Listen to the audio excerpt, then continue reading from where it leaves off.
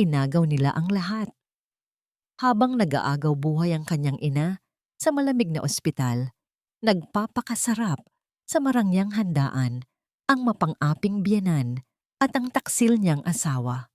Pirmahan mo ang annulment o mamatay siyang walang gamot. Ang walang awang banta nila.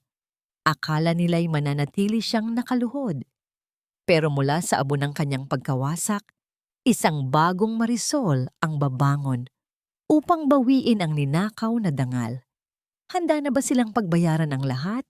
Pirmahan mo na to, Marisol. Huwag mo nang hintayin na tuluyang malagutan ng hininga ang nanay mo sa loob bago mo igalaw ang kamay mo. Ang boses ni Doña Carmen ay kasing lamig ng hanging lumalabas sa aircon ng intensive care unit. Ibinagsak niya ang makapal na folder sa maliit na mesang plastik sa tapat ni Marisol. Ang tunog ng pagtama ng papel sa mesa ay tila isang malakas na sampal na bumasag sa nakabubulag na katahimikan ng pasilyo ng ospital. Napatitig si Marisol sa dokumento. Petition for Nullity of Marriage. Sa ilalim ng malalaking titik na yon, nakasulat ang pangalan niya at ang pangalan ng asawang si Marco. Nanginginig ang kanyang mga daliri. Ang mga dulo nito ay may mga bakas pa ng tahi at tusok ng karayom dahil sa pagmamadaling tapusin ang mga pinagawa ni Doña Carmen bago siya tumakbo rito sa ospital. Sa kabilang kamay, mahigpit niyang hawak ang isang maliit na rosaryo at ang listahan ng mga gamot na kailangang bayaran sa pharmacy. Isang pirma lang, Marisol. Isang mabilis na galaw ng pluma at ibibigay ko sa iyo ang tsekeng pambayad sa operasyon ng nanay mo. Pagpapatuloy ng matanda, habang dahan-dahang inaayos ang kanyang mamahaling perlas sa leeg. Huwag kang magmalinis. Alam nating pareho na hindi ka nababagay sa pamilya Alferos. 7 years ka naming pinakain, binihisan at binigyan ng bubong. Consider this as your final payment for your service. Tumingala si Marisol. Sa likod ni Doña Carmen nakatayo si Marco, ang lalaking pinangakuan niya ng habambuhay sa harap ng altar 7 taon na ang nakalilipas. Ngunit imbes na pag-ibig, ang nakita ni Marisol sa mga mata nito ay pagkainip at pandidiri. Sa tabi ni Marco ay nakakapit sa kanyang braso si Clara, isang babaeng tila kulang ang suot na tela sa katawan, na may suot ng ngising mapang-asar habang hinahaplos ang kanyang tiyan na halatang may dinadalang buhay. Marco. Ang tanging lumabas sa tuyong lalamunan ni Marisol, isang bulong na puno ng pagmamakaawa. Just sign it, Marisol. Malamig na sagot ni Marco, sabay iwas ng tingin sa kanyang asawa. Para naman to sa mami mo, di ba? Let's not make this harder than it already is. Gusto ko nang simulan ng buhay ko kasama si Clara at ang anak namin. Huwag ka nang maging sagabal. Ang bawat salita ni Marco ay tila mga karayom na isa-isang itinusok sa puso ni Marisol. Ang sakit ay hindi na lamang emosyonal. Naramdaman niya ang aktwal na paninikip ng kanyang dibdib, ang pagkaubos ng hangin sa kanyang baga. Ang lalaking pinagsilbihan niya, ang lalaking ipinagluto niya araw-araw sa kabila ng mga mura at lait, ay tinatawag siyang sagabal sa harap ng kabit nito. Tumingin si Marisol sa salamin ng ICU. Doon, nakita niya ang kanyang ina, payat, maputla, at nakakabit sa napakaraming makina. Ang tanging dahilan kung bakit pa siya humihinga ay ang pag-asang maililigtas siya ng kanyang anak. Sa gitna ng panghihina, kinuha ni Marisol ang ballpen. Ang bawat guhit ng kanyang pangalan sa papel ay tila pagpunit sa sarili niyang dangal. Bawat letra ay katumbas ng 1 taon ng pagtitiis sa pang-aapi ng mga Alferos. Pagkatapos ng huling kurit, binitiwan niya ang ballpen at hinayaang mahulog ito sa sahig. Nakapirma na ako, pabulong niyang sabi, habang ang mga luha ay nagsisimula nang pumatak sa dokumentong basa pa ang tinta. Ang tseke, nasaan na ang tseke para kay nanay? Kinuha ni Doña Carmen ang papel, sinuri itong mabuti at ngumiti ng mapait. Kinuha niya ang isang tseke mula sa kanyang pitaka. Ngunit bago pa man ito maabot ni Marisol, dahan-dahan itong pinunit ng matanda sa apat na bahagi. Nanlaki ang mga mata ni Marisol. Anong ginagawa niyo? Nangako kayo. I changed my mind. Wika ni Doña Carmen habang hinahayaan ang mga piraso ng tseke na mahulog sa paanan ni Marisol na tila mga konfeti ng kamatayan. Masyado ka kasing matagal magdesisyon. Expired na ang pasensya ko, Marisol. At base sa balitang nakuha ko mula sa head nurse kanina lang, mukhang huli na ang lahat. Eksakto sa sandaling iyon, ang tunog ng mahabang sirena mula sa loob ng ICU ay umalingaw-ngaw sa buong pasilyo. Isang mahaba at walang katapusang tunog na hudyat na ang puso ng kanyang ina ay tuluyan na ring sumuko. Ang linyang diretso at walang kurbada sa monitor ay tila isang guhit na naghihiwalay sa mundo ni Marisol mula sa liwanag. Napatigil ang mundo ni Marisol. Ang rosaryo sa kanyang kamay ay nalaglag. Ang mga butil nito ay nagkalat sa malamig na tiles ng ospital. Hindi siya makasigaw. Walang boses na lumalabas. Ang kanyang lalamunan ay tila punong-puno ng bubog. "Oh, looks like she's gone," bulong ni Clara habang nagtatago sa likod ni Marco na tila diring-diri sa eksena. "Tara na, Marco. Ang baho rito. Amoy gamot at kamatayan. Baka ma-stress ang baby natin." Tumalikod ang tatlo. Ang tunog ng mga takong ni Doña Carmen at Clara ay tila mga martilyo sa ulo ni Marisol. Bawat hakbang nila ay palayo sa trahedyang sila mismo ang gumawa. Naiwan si Marisol na nakaluhod sa sahig. Yakap-yakap ang kanyang sarili habang ang malamig na hangin ng pasilyo ay tila humahagupit sa kanyang balat. Tumingin siya sa kanyang mga kamay. Ang mga kamay na ginamit niya upang paglingkuran ang mga taong kumuha ng lahat sa kanya. Ang mga kamay na ngayon ay wala ng hawak kundi ang piraso ng punit na tseke at ang malamig na katotohanan ng pag-iisa. Bakit? Ang tanong na ito ay paulit-ulit na umuukit sa kanyang isipan. Bakit ang isang pusong marunong magmahal ay kailangang yurakan ng ganito? Bakit ang mga taong nasa itaas ay may kapangyarihang patayin ang pag-asa ng mga nasa ibaba sa isang iglap lang? Sa gitna ng kanyang pagluha, ang huling imahe ng kanyang ina bago takpan ng puting tela ay tila isang selyo sa kanyang puso. Ang sakit ay wala ng katumbas na salita, isang malalim na sugat na hindi kailanman maghihilom ng kahit anong tahi. Paano pa magpapatuloy ang isang kaluluwang kinuha na ang lahat ng dahilan para mabuhay? At sa gitna ng kanyang pagkawasak, mayroon pa bang puwang ang katarungan sa mundong pinatatakbo ng pera at kalupitan? Ang bawat patak ng ulan na humahagupit sa balat ni Marisol ay tila mga karayom na ibinabaon sa kanyang pagkatao. Naglalakad siya sa gitna ng kalsada, basang-basa, at tila isang ligaw na kaluluwang wala ng patutunguhan. Ang puting telang itinakip sa kanyang ina kanina sa ospital ang tanging imaheng paulit-ulit na sumasagi sa kanyang isipan. Wala siyang maramdaman na lamig dahil ang buong katawan niya ay namamanhid na sa tindi ng hapdi ng katotohanan. Pagdating niya sa harap ng malaking gate ng mansyon ng mga Alferos, hindi ang mainit na pagtanggap ang naghihintay sa kanya. Ang kanyang mga gamit, ang iilang piraso ng damit na kupas na, ang mga luma niyang sapatos, at ang mga alaala ng 7 taon niyang pagsisilbi ay nakakalat na sa kalsada, hinahayaan lamang na mabasa at madumihan sa putik. Bilisan niyo! Siguraduhin niyong wala kahit isang hibla ng buhok ng babaeng iyan ang maiiwan sa loob ng pamamahay na ito. Ang boses ni Clara ay nangingibabaw mula sa balkonahe ng mansyon kung saan siya ay nakatayo habang may hawak na payong. Pinapanood niya ang mga kasambahay na sa pilitang inilalabas ang mga huling gamit ni Marisol. Ang mga katulong na dati ay kasama ni Marisol sa kusina ay nakayuko. Ang iba ay palihim na nagpupunas ng luha habang sinusunod ang utos ng bago nilang senyora. Dahan-dahang lumapit si Marisol sa tumpok ng kanyang mga gamit. Doon, Sa ibabaw ng putik, nakita niya ang isang luma at basag na kwadro. Ang larawan nila ng kanyang ina noong bata pa siya. Ang tanging bagay na nagpapaalala sa kanya na minsan ay naging masaya rin siya. Bago pa man maabot ni Marisol ang larawan, isang mamahaling gintong takong ang marahas na tumapak dito.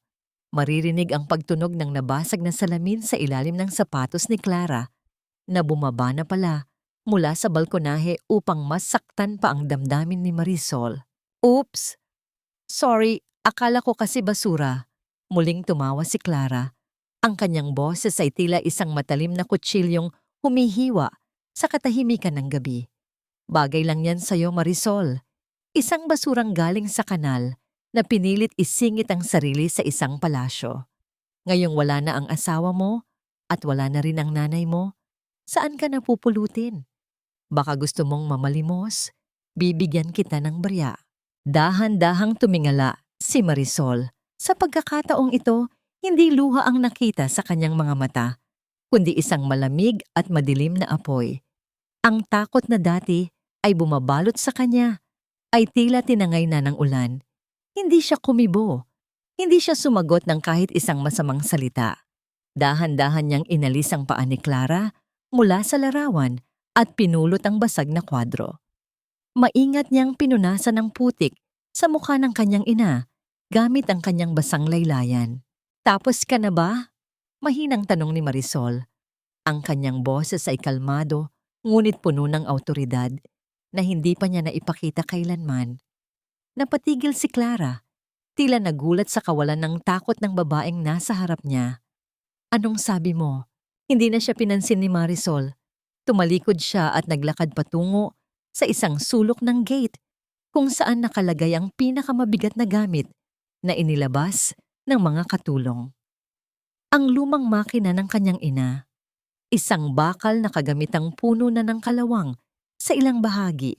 Ngunit para kay Marisol, ito ang kanyang buong mundo. Niyakap niya ang malamig na bakal ng makina. Isinandal niya ang kanyang noo sa gulong nito at doon, sa gitna ng baha at ulan, naramdaman niya ang init ng huling alaala ng kanyang ina. Ang makinang ito ang nagpaaral sa kanya. Ang makinang ito ang naging saksi sa bawat pangarap na tinahi nila noon. Hindi niyo ako matatalo, bulong niya sa sarili habang pilit na kinakaladkad ang mabigat na makina paalis sa harap ng mansyon. Hanggat hawak ko ang makinang ito, mabubuhay ako. At balang araw, kayo naman ang luluhod sa harap ko.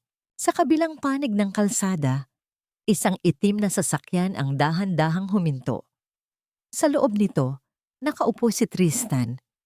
Kanina pa niya pinapanood ang eksena mula sa madilim na bintana ng kanyang kotse. Nakita niya kung paano itinapon ang mga gamit ng babae, kung paano tinapak-tapakan ng kanyang dangal, at kung paano niya niyakap ang isang lumang makina na tila ba yun ang pinakamahalagang kayamanan sa mundo.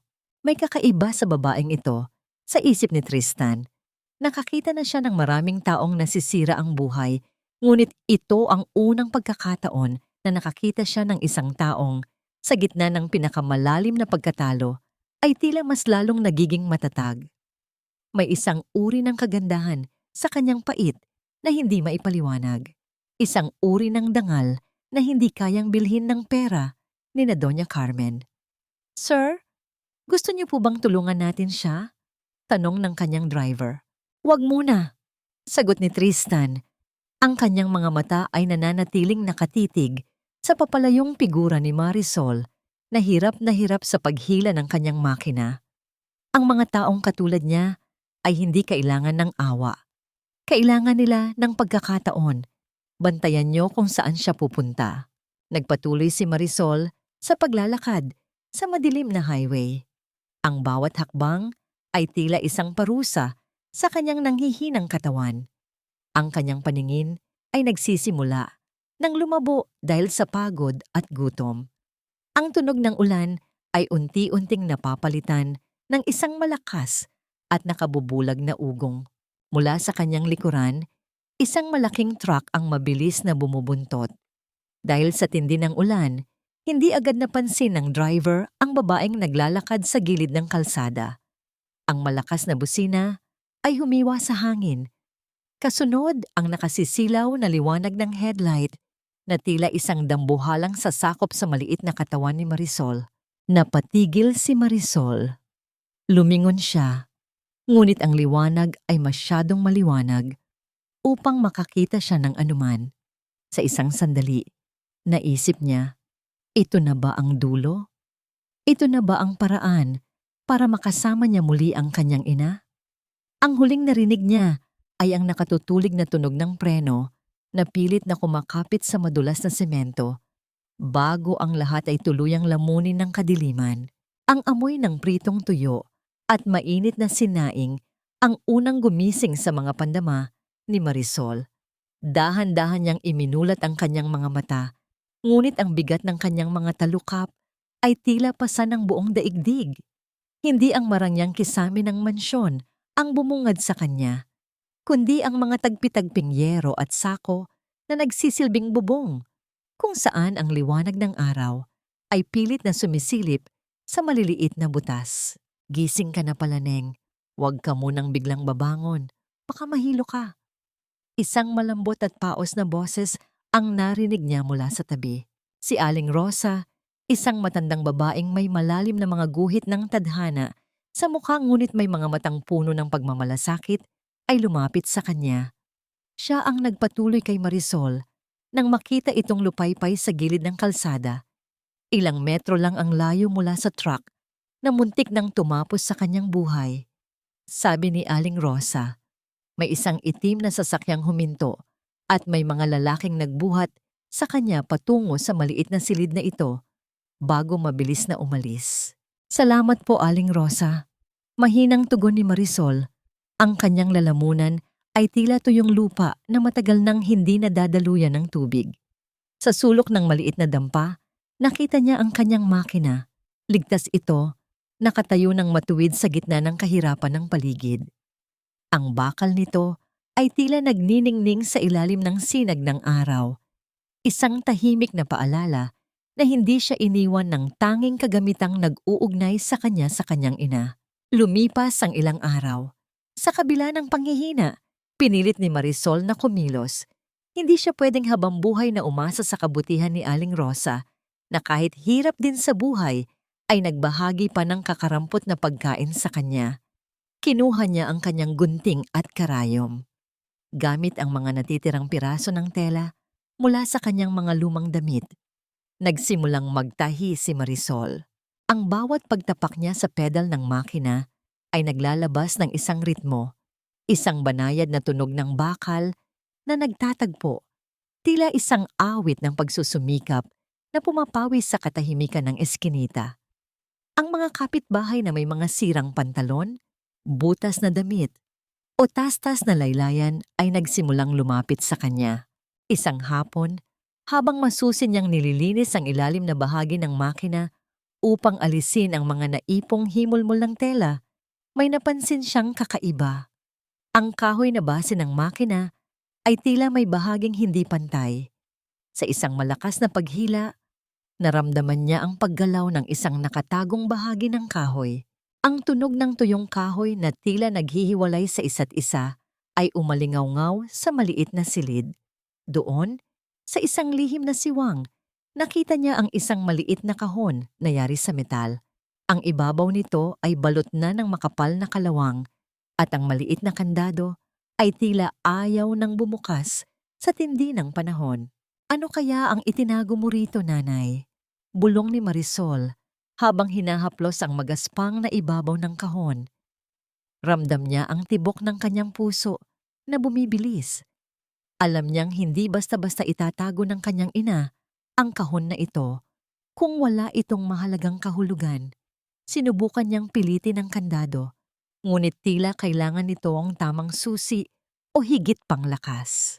Habang si Marisol ay nagpupumilit na buuin muli ang kanyang buhay sa gitna ng karalitaan, sa kabilang panig ng lungsod, ang halakhak ni Doña Carmen ay umaalingaw-ngaw sa isang marangyang silid. Napapalibutan siya ng mga sikat na designer at mga sosyal na kaibigan. Ang koleksyong ito ang magiging pinakamalaking tagumpay ng mga alferos, pagmamalaki ng matanda habang nakaturo sa mga sketch na nakadikit sa pader. Ang mga guhit na yon ay tila pamilyar, mga disenyong may mga detalyeng tanging isang dalubhasa sa sining ng pagtahi ang makakaisip. Ito ay bunga ng aking malikhaing pag-iisip sa loob ng maraming taon. Walang sino man ang makakatalo sa tatak na alferos. Hindi alam ng mundo na ang bawat linya sa mga sketch na yon ay ninakaw mula sa isang babaeng matagal na nilang pilit na ibinaon sa limot.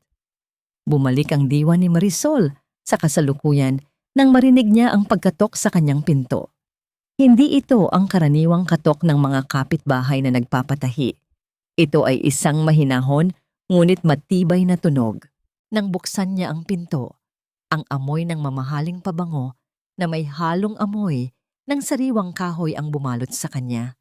Doon, sa tapat ng kanyang barong-barong, nakatayo ang isang lalaking may tindig na hindi nababagay sa duming nakapaligid sa kanila. Ang kanyang suot na suit ay halatang gawa sa pinakamahal na tela, ngunit may isang bahagi nito sa bandang balikat na may malaking punit, tila sadyang ginawa o isang aksidenteng hindi inaasahan. Napatitig si Marisol sa mga mata ng lalaki. Ang mga matang yon ay tila pamilyar, ngunit hindi niya matandaan kung saan niya ito nakita. "Ikaw ba ang nag-aayos ng mga ganitong uri ng tela?" tanong ng lalaki. Ang kanyang boses ay malalim at puno ng paggalang. Hindi agad nakasagot si Marisol.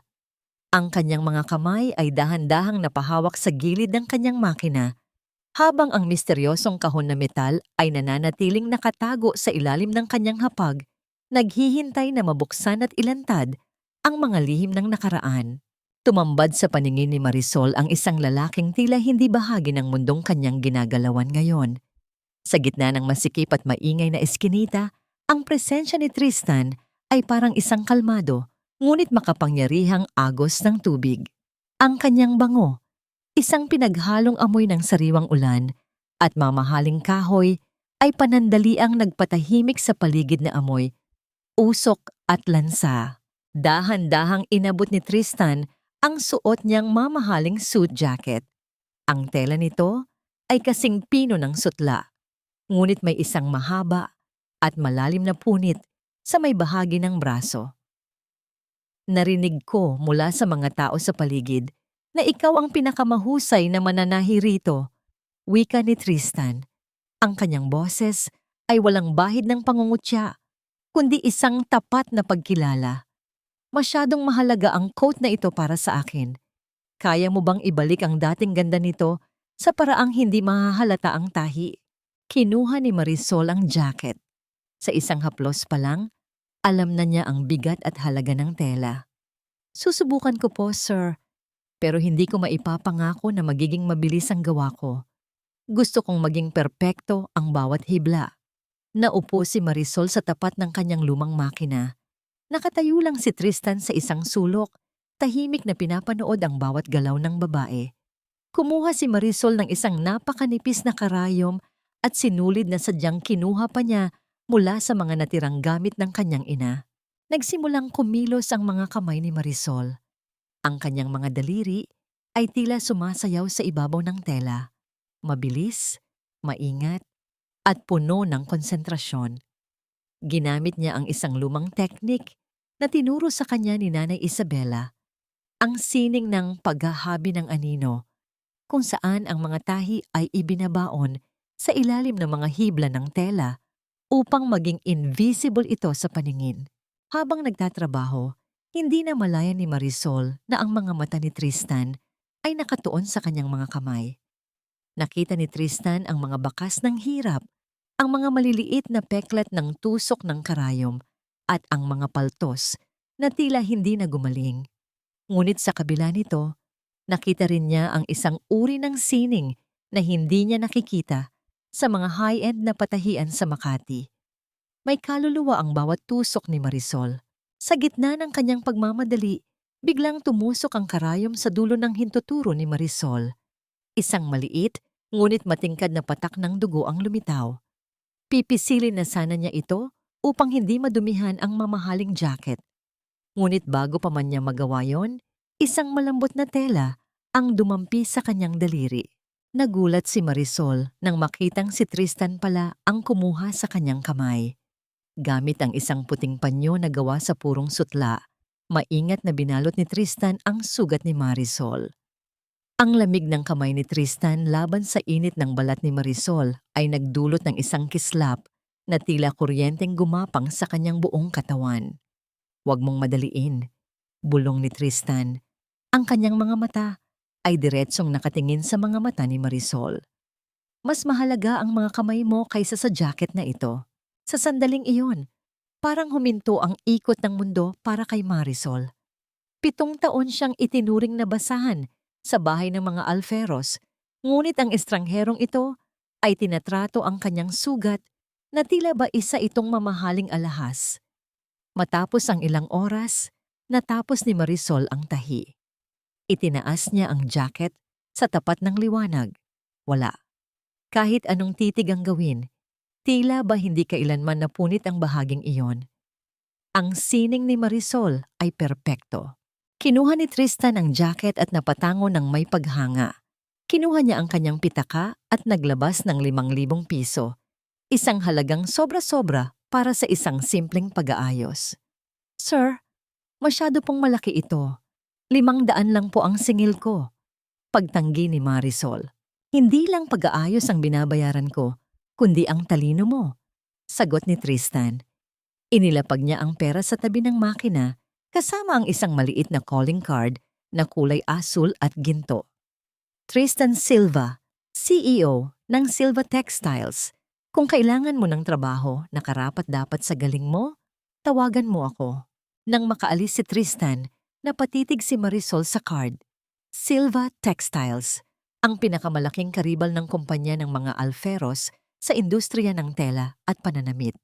Isang malakas na pintig ang naramdaman niya sa kanyang dibdib. Ito na ba ang pintong binubuksan ng tadhana para sa kanya? Ngunit ang kanyang pagmumuni-muni ay biglang naputol nang marinig niya ang malalakas na yabag ng sapatos sa labas ng kanyang dampa. Ang kalmadong hapon ay biglang napalitan ng kaba. "Marisol! Marisol! Magtago ka!" Sigaw ni Aling Rosa habang humahangos papasok sa pinto.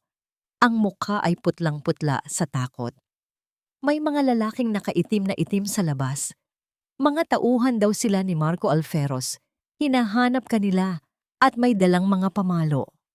Ang tunog ng marahas na paghampas sa mga pader na yero ng kanilang eskinita ay nagsimulang lumapit. Ang bawat kalabog ay tila hudyat ng muling pagbabalik ng bangungot na akala ni Marisol ay iniwan na niya sa ulan. "Ang baho naman dito, Marco. Sigurado ka bang dito nakatira ang dati mong asawa? Baka pati ang mga damit natin ay mahawaan ng amoy ng basura." Ang tinig ni Clara ay kasing talim ng mga bubog na kumalubog sa maliit na silid ni Marisol. Pumasok siya habang nakatakip ang ilong ng isang panyong seda. Kasunod si Marco na nakasuot ng mamahaling barong, ngunit may bakas ng pandidiri sa kanyang mga mata habang tinitingnan ang mga dingding na sako at yero. Napatayo si Marisol mula sa kanyang makina. Ang kanyang puso ay tumitibok ng mabilis, hindi dahil sa takot, kundi dahil sa matinding puot na tila kumukulo sa kanyang mga ugat. "Anong ginagawa niyo rito?" Malamig na tanong ni Marisol. Ang kanyang boses ay hindi nanginig, isang bagay na ikinagulat ni Marco. "Huwag kang masyadong matapang, Marisol," wika ni Marco habang dahan-dahang lumalapit at pinapasadahan ng tingin ang luma at sirang upuan. "Nandito kami para bawiin ang hindi sayo. Yung kwintas na ibinigay ni Mama noong wedding anniversary natin. Nakalimutan mong isama sa mga basurang inilabas mo sa mansyon. Alahas ng mga Alferos yun at hindi bagay sa isang tulad mong nakatira sa dumi." Isang mapait na ngiti ang sumilay sa mga labi ni Marisol. Dahan-dahan niyang kinuha ang isang maliit na supot mula sa ilalim ng kanyang higaan. Hindi niya ito tiningnan. Sa halip ay inihagis niya ito sa paanan ni Marco. Ang tunog ng ginto na tumama sa lupang sahig ay tila isang insulto sa karangyaan ng lalaki. Ayan, kunin niyo ang lahat ng tanso niyo, wika ni Marisol. Kasama na dyan ang lahat ng sakit na ibinigay niyo sa akin. Ngayong nakuha niyo na ang gusto niyo, lumayas na kayo sa pamamahay ko. Nanggigigil si Clara sa inis dahil sa kawalan ng takot ni Marisol. Lumingon-lingon siya sa paligid at nakita ang lumang makina na maingat na nakatalukbong ng malinis na tela. Lumapit siya rito at hinawi ang takip ng may puwersa. Ito lang pala ang ipinagmamalaki mo? Ang kalawanging bakal na ito? Tumawa si Clara ng nakaluloko. Kaya ka ba naging matapang dahil nakakabili ka na ng tuyo gamit ang makinang ito? Pwes, tingnan natin kung saan ka pupulutin kapag wala na ito. Itinaas ni Clara ang kanyang kamay. Handa nang itulak ang makina upang bumagsak ito sa sahig at mawasak. Napasigaw si Marisol at susugod sana upang pigilan ang babae. Ngunit bago pa man madampi ng mga daliri ni Clara ang bakal, isang malakas at matibay na kamay ang humawak sa kanyang braso. Ang tunog ng isang mabilis at mabigat na hakbang ay narinig. Kasunod, ang biglang pananahimik ng buong paligid. Ang paghawak sa pag-aari ng iba nang walang pahintulot ay tinatawag na trespassing at attempted damage to property. Isang malalim at baritonong boses ang umalingaw-ngaw. Si Tristan. Nakatayo siya sa pintuan. Ang kanyang anino ay tila isang dambuhalang nagpaliit sa presensya ni na Marco at Clara.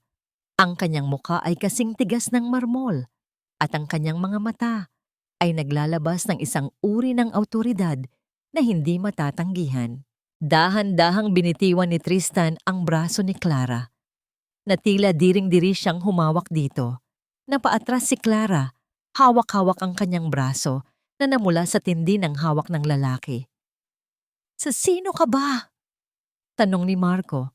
Bagamat halata ang panginginig ng kanyang boses, nakilala niya ang mukha ni Tristan mula sa mga business magazine, ang lalaking kinatatakutan ng kanyang ina sa negosyo.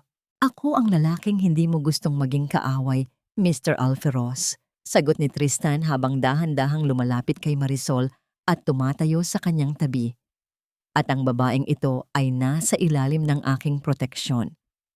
Kung may balak kayong saktan siya o ang kanyang kagamitan, siguraduhin niyo munang handa ang pamilya niyo sa pagbagsak ng inyong stock market bukas ng umaga. Namutla si Marco. Ang kanyang pagiging matapang ay tila bula na biglang naglaho. Alam niyang isang salita lang ni Tristan Silva ay kayang palubugin ang kumpanya ng mga Alferos. "Titara na, Clara," bulong ni Marco habang hinihila ang kanyang kasintahan. "Huwag na nating sayangin ang oras natin dito." Nagmamadaling lumabas ang dalawa. Ang tunog ng kanilang mabilis na pagtakbo sa putikan ay tila musika sa pandinig ni Marisol. Nang mawala na sila sa paningin, huminga ng malalim si Marisol at napahawak sa gilid ng mesa upang hindi matumba. Ang kanyang tuhod ay nanginginig sa tindi ng tensyon. "Salamat po, Sir Tristan," mahinang sabi ni Marisol. Ang kanyang mga mata ay puno ng pasasalamat. "Hindi mo kailangang magpasalamat," tugon ni Tristan. Kinuha niya ang isang dokumento mula sa kanyang daladalang folder at inilapag ito sa tapat ni Marisol. "Nandito ako dahil gusto kong mag-alok ng isang eksklusibong kontrata. Ayaw kong masayang ang galing mo sa pagtatahi ng mga basahan. Gusto kong ikaw ang gumawa ng pangunahing koleksyon para sa Silva Textiles." Napatitig si Marisol sa kontrata. Ito na ang pagkakataong hinihintay niya. Ang pagkakataong maipakita sa lahat na ang isang Marisol na itinapon nila sa ulan ay kayang magningning ng higit pa sa anumang alahas na ninakaw nila. "Tatanggapin ko po ang alok niyo, sir," wika ni Marisol ng may determinasyon. Ngunit habang nililigpit ni Marisol ang mga gamit na ginulo ni na Clara, muli niyang nasagi ang kanyang lumang makina. Dahil sa kaguluhan kanina, ang base ng makina ay bahagyang nayanig at ang maliit na lihim na siwang ay tuluyang bumuka. Isang tunog ng tuyong kahoy na nabiyak ang narinig. Bumagsak sa sahig ang maliit na kahon na metal na nakita niya noon. At sa pagkakataong ito, dahil sa lakas ng pagbagsak, ang ginalawang kandado ay tuluyang nabasag. Lantad na sa paningin ni Marisol ang laman ng kahon. Hindi ito pera, hindi rin ito alahas. Ang bumungad sa kanya ay isang lumang larawan ng kanyang ina kasama ang isang batang Doña Carmen at isang dokumentong may selyo ng gobyerno na may titulong Last Will and Deed of Ownership. Dahan-dahang nanginginig ang mga daliri ni Marisol habang dinampot niya ang mga papel na kumalat sa lupang sahig ng kanyang dampa. Ang bawat titik na nakasulat sa lumang dokumento ay tila mga tinik na muling tumutusok sa kanyang mga mata. Hindi lang ito basta papel. Ito ay ang kasaysayan ng isang malaking nakaw na buhay. Hindi ito maaari. Bulong ni Marisol. Ang kanyang boses ay halos hindi marinig dahil sa tindi ng emosyong bumabara sa kanyang lalamunan. Lumapit si Tristan at dahan-dahang kinuha ang isa sa mga dokumento. Ang kanyang mga mata ay nanliit habang binabasa ang mga teknikal na detalye. Nakasaad doon ang orihinal na rehistro ng Isabella's Designs, isang maliit na patahian na pagmamay-ari ng ina ni Marisol bago ito naging higanteng korporasyon na kilala ngayon bilang Alfero's Fashion Empire. May kalakip din itong mga orihinal na fakstalo ng mga damit. Ang bawat guhit ng tinta ay pamilyar kay Marisol. Ang mga kurba, ang mga detalyeng bulaklak, at ang kakaibang paraan ng pagtatapi ng tela na naging tatak ng mga alferos sa loob ng 3 dekada. Sa ibaba ng bawat disenyo ay may lagda, Isabela Santos. Ibig sabihin, putol na sambit ni Marisol habang ang mga luha ay nagsisimula nang bumagsak sa kanyang mga pisngi. Ang lahat ng yaman nila, ang lahat ng karangyaan na ipinagmamalaki ni Doña Carmen ay galing sa pawis at talino ng nanay ko. Naramdaman ni Marisol ang isang matinding paninikip ng dibdib. Naalala niya kung paano nagmakaawa ang kanyang ina sa pamilya Alferos noong may sakit pa ito. Kung paanong itinuring silang mga pulubi ng babaeng tinawag ng kanyang ina na matalik na kaibigan sa lumang larawan. Ang katotohanan ay mas masakit pa sa sampal. Ang kanyang ina ay namatay sa kahirapan habang ang mga nagnakaw sa kanya ay nagpapakasasa sa ginto. Tingnan mo ito, Marisol. Wika ni Tristan. Itinuturo ang isang lihim na sugnay sa dulo ng dokumento. Hindi kailanman nailipat ang pagmamay-ari ng siomai at ng mga disenyo sa pangalan ni Doña Carmen. Ang dokumentong hawak mo ay isang kasunduan na ang lahat ng kita ay dapat mapunta sa pamilya Santos. Ibig sabihin, sa loob ng 30 taon, ninanakawan kayo ng mga alferos. Napaupo si Marisol sa tabi ng kanyang lumang makina, ang kanyang buong katawan ay nanghihina. Ang bawat alaala ng kanyang 7 taong pagkaalipin sa mansyon ay tila mga latay na muling nagdurugo. Pinagsilbihan niya ang mga taong pumatay sa pangarap ng kanyang ina. Hinayaan niyang tapak-tapakan siya ng mga magnanakaw. Ang tanga ko. Hagulgol ni Marisol. Itinakip ang kanyang mga kamay sa kanyang muka. Pinaglingkuran ko ang mga demonyong pumatay kay nanay.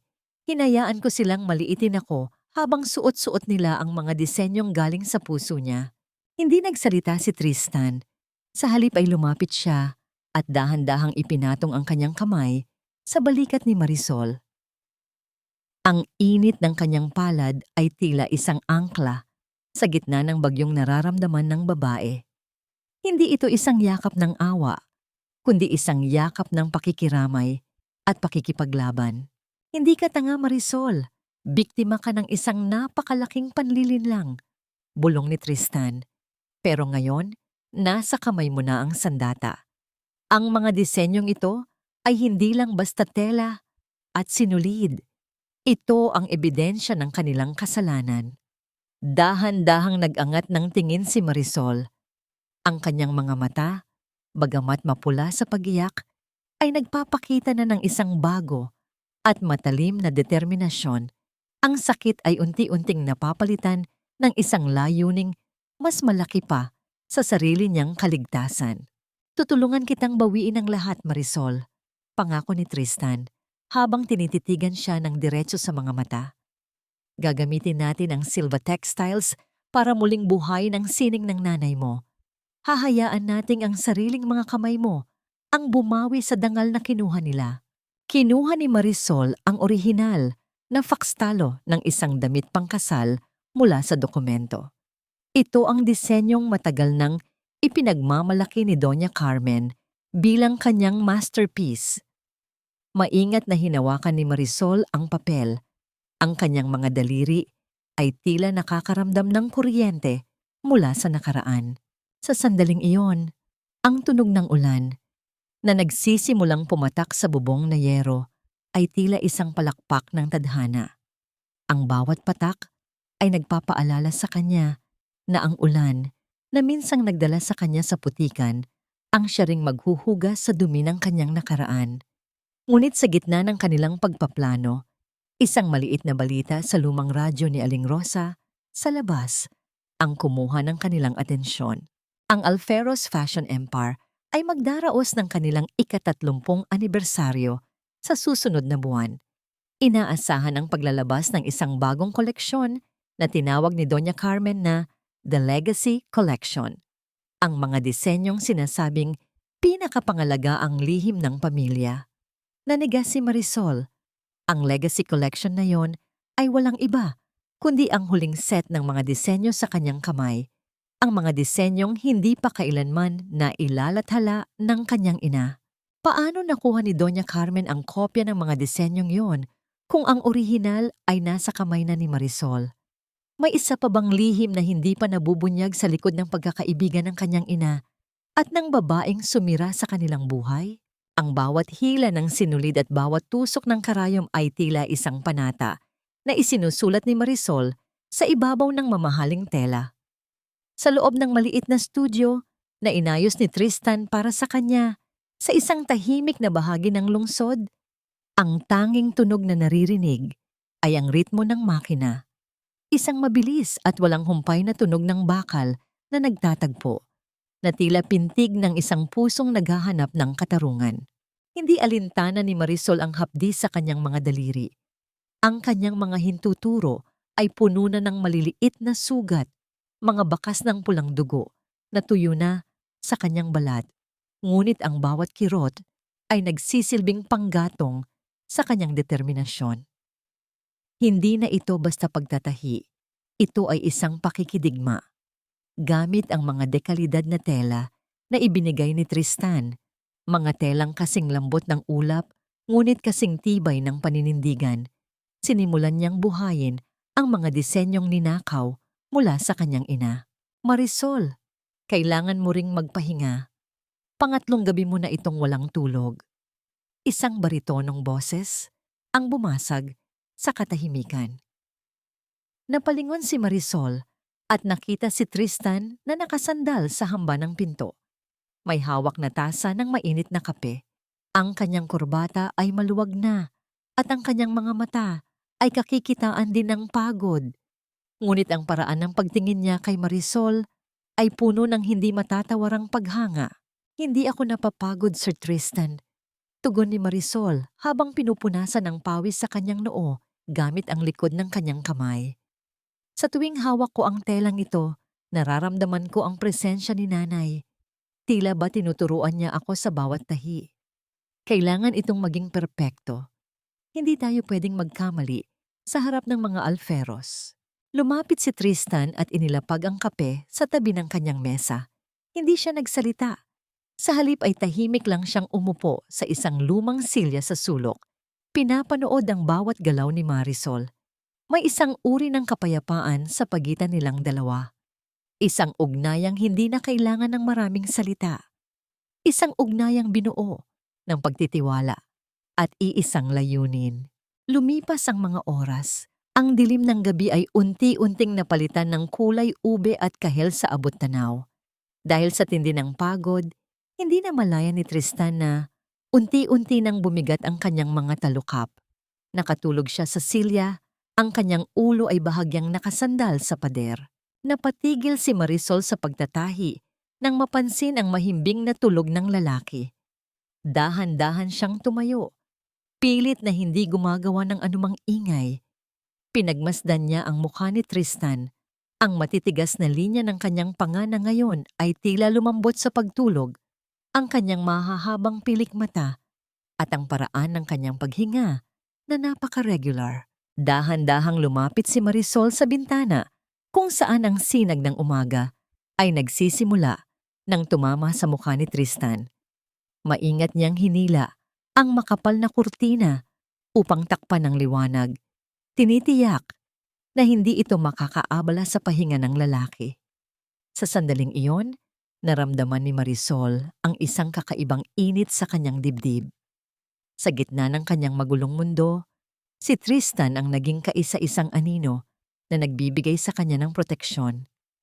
Hindi siya sanay na inaalagaan, ngunit ang presensya ni Tristan ay unti-unting nagtuturo sa kanya na hindi masamang sumandal minsan. Habang ang katahimikan ay bumabalot sa studio, sa kabilang panig naman ng lungsod, si Doña Carmen ay hindi mapakali. Nakatayo siya sa gitna ng kanyang marangyang opisina habang tinitingnan ang isang report mula sa kanyang mga espiya. Anong ibig mong sabihin na may nakitang bulto-bultong tela ng Silva Textiles na ipinapasok sa isang lumang gusali sa labas ng bayan? Bulyaw ni Doña Carmen sa kanyang tauhan. At anong balita tungkol sa designer na kinuha ni Tristan? Sino siya? Hindi pa namin masilip ang mukha, senyora.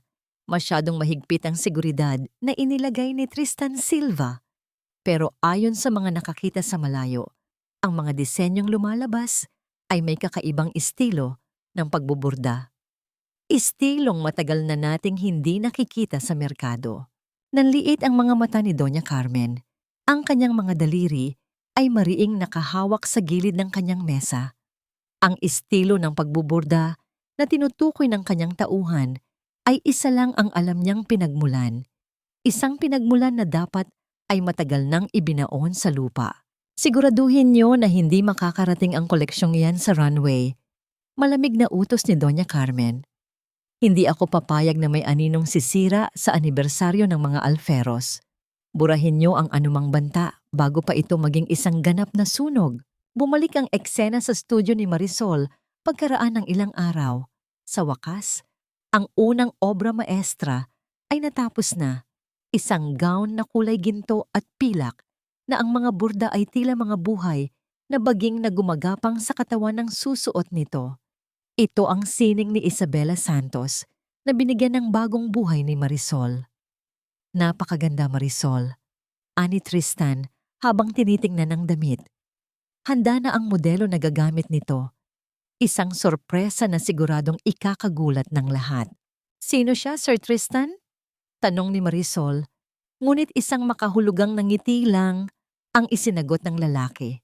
Nang gabing iyon, matapos ang isang mahabang araw ng huling pag-aayos, nagpaalam na si Tristan upang asikasuhin ang iba pang legal na dokumento para sa kanilang pag-atake.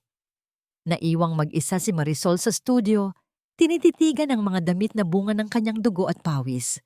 May naramdaman siyang kakaibang kaba, isang uri ng pananabik na may halong takot. Habang nagliligpit siya ng mga gamit, isang kakaibang amoy ang pumasok sa kanyang ilong. Amoy ng nasusunog na kemikal, amoy ng usok. Napatigil si Marisol. Tumingin siya sa ilalim ng pinto at nakita ang isang manipis na kulay, abong usok na dahan-dahang gumagapang papasok. Kasunod nito ay ang langit-ngit ng apoy na kumakain sa tuyong kahoy sa labas ng kanyang silid. Diyos ko! Sigaw ni Marisol. Mabilis siyang tumakbo patungo sa pinto. Ngunit paghawak niya sa trangka, naramdaman niya ang matinding init nito. Nakandado ang pinto mula sa labas. May sadyang nagkulong sa kanya. Ang tunog ng nababasag na salamin mula sa kabilang silid ay umalingaw-ngaw, kasunod ang mas malakas na paglagablab ng apoy. Ang mga tela, ang mga disenyong tinapos niya sa loob ng maraming gabi ay unti-unti nang nalalamon ng kulay kahel na liwanag. Tulong! May tao rito! Tulungan niyo ako! Sigaw ni Marisol habang pilit na hinahampas ang pinto. Ang usok ay nagsisimula nang bumalot sa kanyang paningin, dahilan upang siya ay malunod sa ubo. Sa gitna ng kaguluhan, ang tanging naisip niya ay ang kanyang makina at ang mga dokumentong nasa loob nito. Sa kabila ng panganib, sinubukan niyang hilahin ang mabigat na makina patungo sa bintana. Ngunit ang init ay tila isang dambuhalang humahigop sa lahat ng kanyang lakas. Mula sa malayo, maririnig ang papalapit na tunog ng mga sirena ng bombero. Ngunit ang apoy ay mabilis na kumakalat, tila isang gutom na hayop na ayaw mag-iwan ng kahit anong bakas ng kanyang pag-iral. Ang makapal at maitim na usok ay parang isang dambuhalang kumot na bumabalot sa lalamunan ni Marisol. Ninanakaw ang bawat hininga na natitira sa kanyang baga. Ang init na nagmumula sa mga dingding ay tila libu-libong dila ng apoy na naglalaway na lamunin siya ng buo. Sa gitna ng malabo at namumulang paligid, isa lang ang tanging nasa isip ni Marisol, ang lumang makina ng kanyang ina. Hindi ang makina ni nanay, ang mga dokumento. Ang pabulong niyang sigaw na agad, nalunod sa malakas na paglagablab ng apoy. Sinubukan niyang hilahin ang mabigat na bakal ng makina, ngunit ang kanyang katawan ay nagsisimula ng manghina dahil sa kakulangan ng hangin. Napaluhod siya sa tabi nito. Ang kanyang mga kamay ay mahigpit na nakakapit sa gulong ng makina na tila ba ito ang kanyang huling angkla sa buhay. Ang bawat ubo niya ay may kasamang hapdi at ang kanyang paningin ay unti-unti nang nagdidilim. Sa labas, ang tunog ng mabilis na pagpreno ng isang sasakyan ay umalingaw-ngaw. Kasunod ang marahas na pagbukas ng pinto nito. Marisol! Marisol! Ang boses ni Tristan ay puno ng desperasyon at takot. Isang emosyong bihirang makita sa lalaking kasing tatag ng katedral. Hindi niya inintindi ang babala ng mga bombero. Nakasasapit pa lang, kinuha niya ang isang makapal na jacket, binuhusan ito ng tubig mula sa isang timba, at walang pag-aalinlangang sumugod sa loob ng naglalagablab na gusali. Ang pagbagsak ng isang nasusunog na haligi ay lumikha ng isang nakatutulig na tunog ng pagkabali ng kahoy, ngunit hindi ito naging hadlang kay Tristan. Natagpuan niya si Marisol na nakahandusay sa tabi ng makina. Halos mawalan na ng malay, ngunit ang mga kamay ay nakayakap pa rin sa bakal. Nandito na ako, Marisol. Huwag kang bibitaw, bulong ni Tristan, habang binubuhat ang nanghihinang katawan ng babae.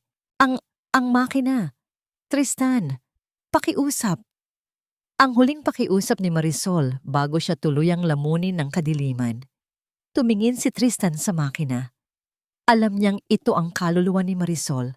Gamit ang lahat ng kanyang lakas, binuhat niya ang babae sa isang braso at sa tulong ng kanyang mga tauhan na sumunod sa loob, pilit nilang kinaladkad ang makina at ang kahon ng mga dokumento palabas ng impyerno. Sa labas, sa gitna ng usok at tilamsik ng tubig mula sa mga bombero, dahan-dahang idinilat ni Marisol ang kanyang mga mata. Ang unang nakita niya ay ang mukha ni Tristan, marumi sa uling, pawisan, at may mga bahagi ng buhok na bahagyang nasunog, ngunit ang kanyang mga mata ay nagpapakita ng isang uri ng matinding pag-aalala na ngayon lang nakita ni Marisol sa buong buhay niya. Ligtas ka na. Ligtas ang lahat, ani Tristan. Ang kanyang boses ay nanginginig sa halo-halong galit at pasasalamat. Dahan-dahang inabot ni Tristan ang mukha ni Marisol. Gamit ang kanyang panyo na basa ng tubig, maingat niyang pinunasan ng uling sa pisngi ng babae. Ang kanilang mga mata ay nagtagpo sa gitna ng kaguluhan, isang sandali ng katahimikan sa gitna ng ingay ng mga sirena.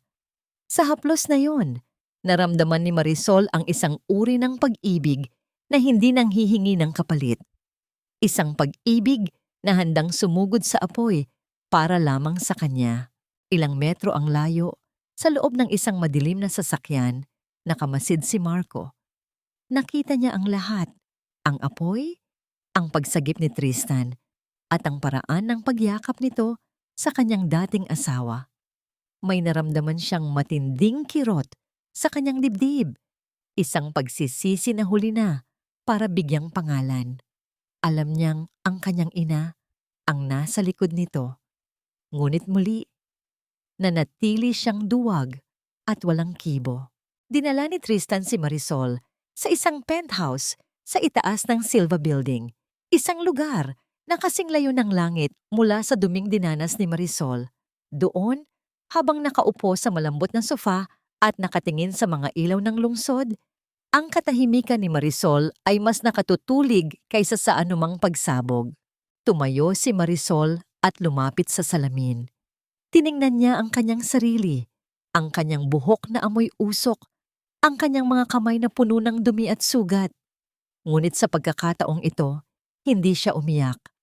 Ang kanyang mga mata ay naging kasing lamig at kasing talas ng bakal ng kanyang makina. Sila ang nagsimula ng apoy na ito, Tristan. Wika ni Marisol. Ang kanyang boses ay parang isang bulong mula sa isang bagyong paparating. Akala nila, sa pagsunog ng studio, susuko na ako. Hindi nila alam na ang apoy na ginamit nila ay siya ring magpapatigas sa aking paninindigan. Lumapit si Tristan sa kanyang likuran. Hindi siya humahawak, ngunit ang kanyang presensya ay tila isang pader na hindi matitibag. Anong gusto mong gawin? Gusto kong matapos ang lahat, sagot ni Marisol habang humaharap kay Tristan.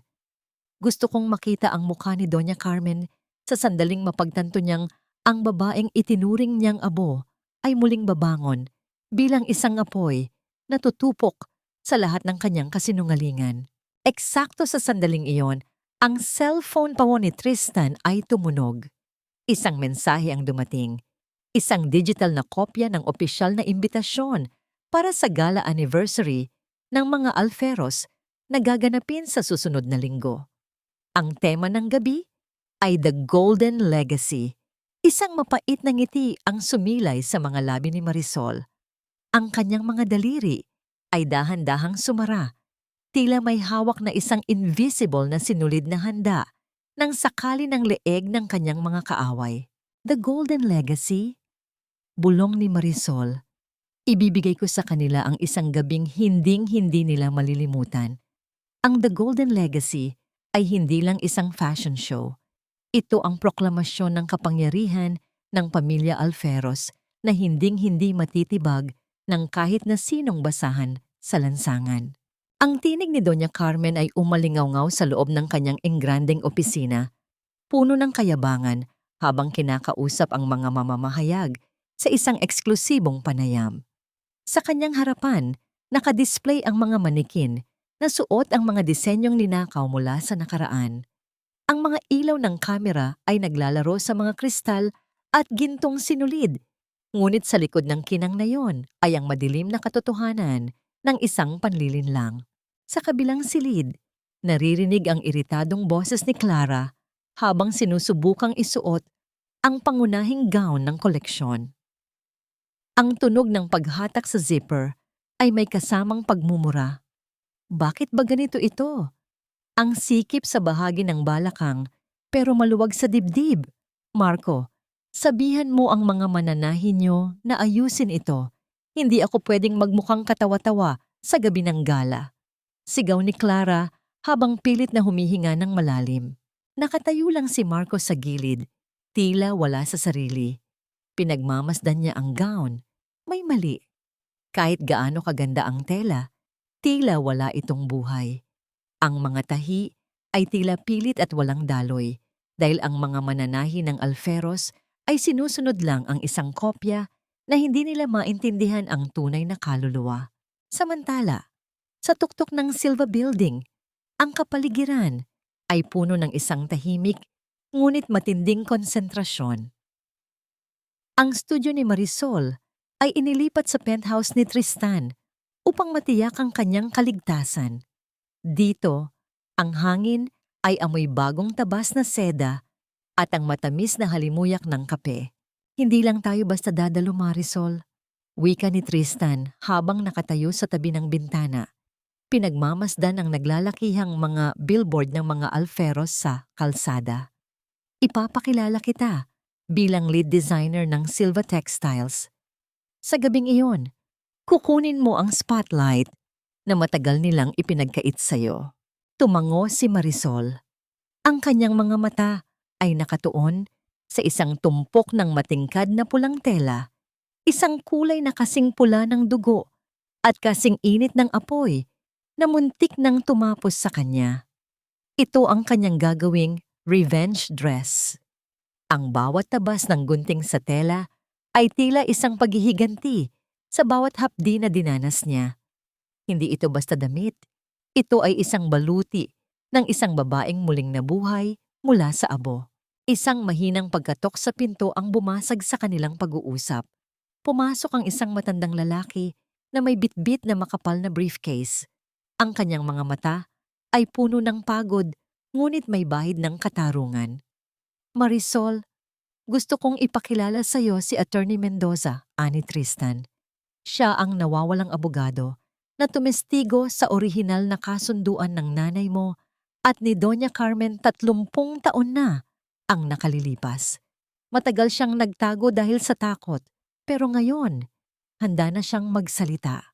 Naramdaman ni Marisol ang panginginig ng kanyang mga kamay. Ang bawat piraso ng puzzle ay unti-unti nang nabubuo. Sa tulong ni Tristan, ang kanyang laban ay hindi na lang tungkol sa sining, kundi tungkol sa batas at katotohanan. Lumipas ang mga araw ng puspusang pagtatrabaho. Isang gabi, matapos ilapat ang huling tahi sa kanyang mapulang gown, humarap si Marisol sa malaking salamin ng studio.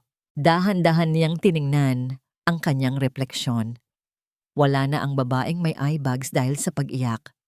Wala na ang babaeng nakayuko at laging humihingi ng paumanhin. Ang nakikita niya ngayon ay isang reyna.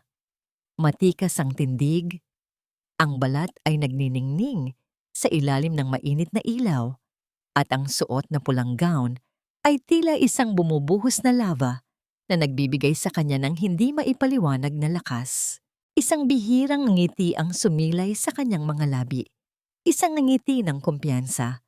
Sa unang pagkakataon sa loob ng 7 taon, naramdaman ni Marisol na siya ay maganda, makapangyarihan, at higit sa lahat, malaya. "You look stunning, Marisol," bulong ni Tristan na kanina pa pala nakamasid sa pintuan.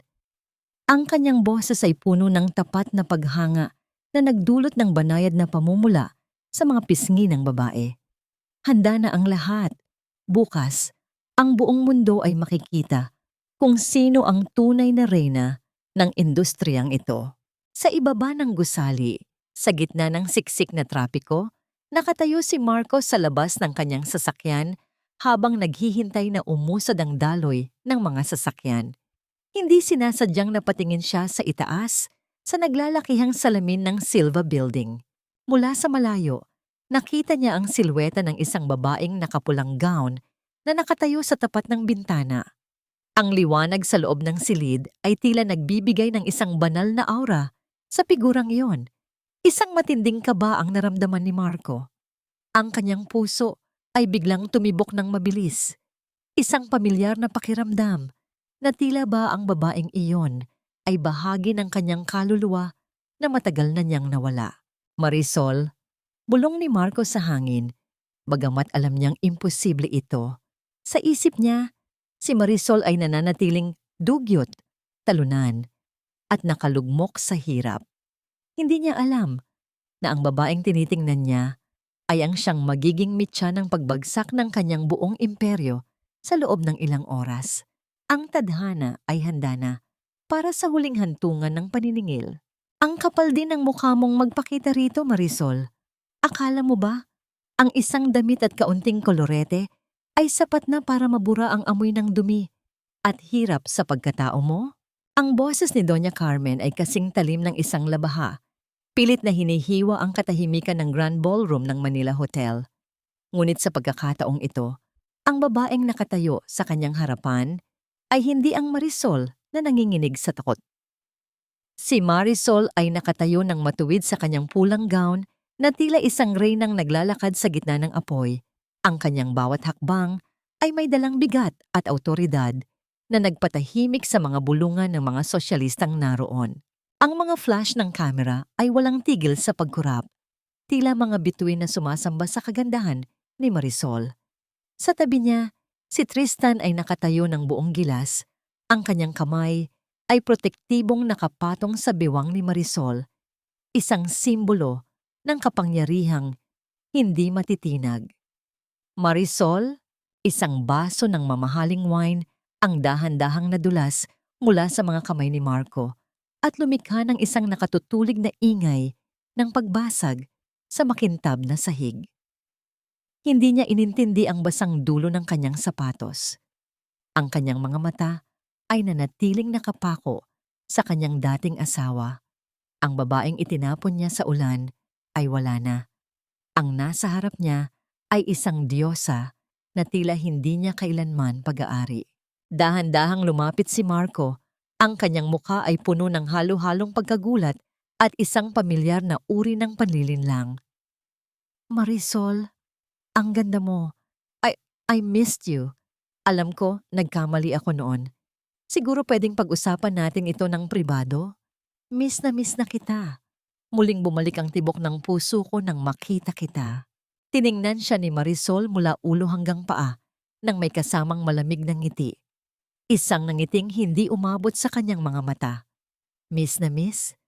O baka naman nagulat ka lang na ang basurang itinapon nyo ginto na ngayon sa kamay ng iba? Huwag mo akong kausapin tungkol sa puso, Marco. Matagal mo nang pinatay ang puso ko kasabay ng pagpanaw ng nanay ko. How dare you? Singit ni Doña Carmen habang mabilis na lumalapit. Ang kanyang mga brilyante ay kumikinang sa tindi ng galit. Huwag mong pagsalitaan ng ganyan ang anak ko sa sarili naming pagtitipon. Isang hampas lupa ka pa rin sa paningin ko, Marisol. Ang perang ginamit mo para sa damit na. Yan, sigurado akong galing sa pagbebenta ng katawan mo sa kung sinong mayamang lalaking pumatol sa'yo.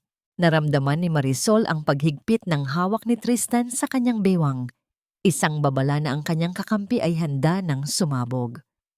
Ngunit bago pa makapagsalita ang lalaki, si Marisol na ang nauna. Ang pera ay pwedeng kitain, Doña Carmen, pero ang dangal ay hindi nabibili. At tungkol sa aking damit. Dahan-dahang hinawakan ni Marisol ang laylayan ng kanyang pulang gown. Ito ay bunga ng aking talino. Isang sining na kailanman ay hindi niyo matutularan dahil ang tanging alam niyo lang ay magnakaw ng gawa ng iba. Namutla ang matanda. Ang kanyang mga labi ay nanginig sa tindi ng pagkapahiya dahil maraming mga mamamahayag ang nagsimulang magbulungan sa paligid. Siya ang puso at kaluluwa ng Silva Textiles ngayon, Doña Carmen. Wika ni Tristan. Ang kanyang boses ay puno ng awtoridad na nagpatahimik sa buong silid. Mag-ingat kayo sa inyong mga salita dahil ang babaeng nilalait nyo ay ang siyang tatapos sa inyong imperyo bago matapos ang gabing ito. Sa gitna ng tensyon, sumingit si Clara na may dalang baso ng pulang alak. Ang kanyang mga mata ay nagnininga sa selos habang tinitingnan ang ningning ni Marisol. Oops! Masyado kasing masikip ang paligid. Baka madumihan ang masterpiece mo. Mabilis na ikiniling ni Clara ang kanyang kamay upang ibuhos ang alak sa gown ni Marisol. Ngunit sa isang iglap, tila isang hangin na mabilis na gumalaw si Marisol. Hinawakan niya ang siko ni Clara at iniikot ito ng bahagya. Ang tunog ng alak na tumatalsik ay narinig, ngunit hindi ito napunta sa gown ni Marisol. Sa halip, ang buong laman ng baso ay diretsong tumama sa maputing gown ni Clara, nag-iiwan ng isang malaking mantsa na tila isang malalim na sugat. Ay! Tili ni Clara habang tinitingnan ang kanyang sarili na ngayon ay mukhang basahan. Pasensya na, Clara, bulong ni Marisol. Sapat na para sila lang ang makarinig. Minsan kasi, ang dumi na pilit nating ibinabato sa iba, sa atin din bumabalik. Naglakad palayo sina Marisol at Tristan. Iniiwan ang pamilya Alferos na nakatayo sa gitna ng kahihiyan. Ang bawat mata sa ballroom ay nakasunod sa kanila, punong-puno ng paghanga at kuryosidad. Sa loob ng kanyang studio sa penthouse ng gabing iyon, matapos ang pre-event, muling tiningnan ni Marisol ang kanyang vuki para sa susunod na araw, ang gown na magbubunyag ng lahat. Ngunit nang buksan niya ang cabinet, isang nakapanlulumong tanawin ang bumungad sa kanya. Ang gown na kanyang itinatago ay punit-punit na. Ang mga gintong sinulid ay hiniwa-hiwa ng isang matalim na bagay. Ang bawat hibla ng tela na pinagpuyatan niya ay tila pinatay ng paulit-ulit. Napatulala si Marisol. Ang kanyang hininga ay naging mababaw. May traitor sa loob ng Silva Building. May lalaking pumasok sa kanyang kuta at winasak ang kanyang huling pag-asa. Paano niya matatalo ang mga Alferos bukas kung ang tanging sandata niya ay naging basahan na sa loob ng isang saglit? At sa gitna ng kanyang pagkawasak, muli ba siyang luluhod o hahanap siya ng paraan upang gawing sining ang sarili niyang pira-pirasong pangarap? Napaluhod si Marisol sa malamig na sahig ng studio. Ang kanyang mga kamay ay nanginginig habang hinahawakan ang mga piraso ng tela na tila mga bangkay ng kanyang pangarap. Ang bawat hiwa sa gown ay tila sariwang sugat sa kanyang sariling balat. Ang gintong sinulid na pinagpuyatan niya sa loob ng maraming gabi ay nakakulot na sa sahig, walang buhay at tila tinatawanan ang kanyang pagkatalo. Bakit? Bakit hindi nila ako hayaang manalo? Kahit isang beses lang. Ang pabulong niyang panaghoy na halos malunod sa katahimikan ng silid. Naramdaman niya ang muling pag-akyat ng pamilyar na bigat sa kanyang dibdib. Ang pakiramdam ng kawalan ng pag-asa na naranasan niya noong gabi ng kamatayan ng kanyang ina. Gusto niyang sumigaw. Gusto niyang isuko na ang lahat at bumalik na lang sa pagiging anino. Ang dilim ay muling lumalapit. Tila isang dambuhalang handang lamunin ang maliit na liwanag na natitira sa kanya. Ngunit sa gitna ng kanyang pagluha, narinig niya ang banayad na pagbukas ng pinto at ang tunog ng mabibigat na hakbang na kasing tatag ng katedral. Hindi na niya kailangang lumingon upang malaman kung sino ito. Ang amoy ng kape at sariwang kahoy ay muling bumalot sa kanya, nagbibigay ng isang pamilyar na init. Hindi nagsalita si Tristan. Sa halip, dahan-dahan siyang lumuhod sa harap ni Marisol, sa gitna ng mga punit na tela. Hinawakan niya ang mga nanginginig na kamay ng babae. Ang kanyang malalaking palad ay tila isang kanlungan na nagpapatigil sa panginginig ni Marisol. "Tingnan mo ako, Marisol." Malambot ngunit seryosong utos ni Tristan. Dahan-dahang nag-angat ng tingin si Marisol. Ang kanyang mga mata ay mapula at puno ng luha. "Wala na, Tristan. Sira na ang lahat. Paano pa ako lalaban bukas? Ito na ang huling pagkakataon ko at kinuha na naman nila sa akin. Hindi ang damit ang nagbibigay sa iyo ng lakas, Marisol," wika ni Tristan, habang tinititigan siya ng diretso sa mga mata na may kasamang matinding pananalig. "Ikaw ang nagbibigay ng buhay sa damit. Ang talino mo ay hindi kayang hiwain ng kahit anong patalim. Ang sining mo ay nasa puso mo, hindi lang sa tela." Dahan-dahang pinunasan ni Tristan ang mga luha sa pisngi ni Marisol gamit ang kanyang hinlalaki. "Huwag mong hayaang manalo sila sa pamamagitan ng pagpili mong sumuko. Nandito ako. Hindi ako aalis sa tabi mo hanggat hindi mo natatapos ang laban na ito. Bubuin nating muli ito, piraso sa bawat piraso." Ang mga salita ni Tristan ay tila isang mainit na agos ng tubig na tumutunaw sa yelo sa puso ni Marisol. Isang bagong lakas ang naramdaman niya, isang determinasyong hindi nagmumula sa galit, kundi sa pag-asang may naniniwala sa kanya. Tumayo si Marisol, dinala ang kanyang mga sugatang pangarap pabalik sa kanyang lumang makina. Tiningnan niya ang mga punit. Sa halip na itago ang mga ito, isang ideya ang biglang sumilay sa kanyang isipan, ang sining ng kintsugi, kung saan ang mga basag na bahagi ay pinagdiriwang at pinagdidikit gamit ang ginto upang mas lalong maging maganda. "Hindi ko ito itatago," bulong ni Marisol habang nagsisimulang muling paikutin ang gulong ng makina.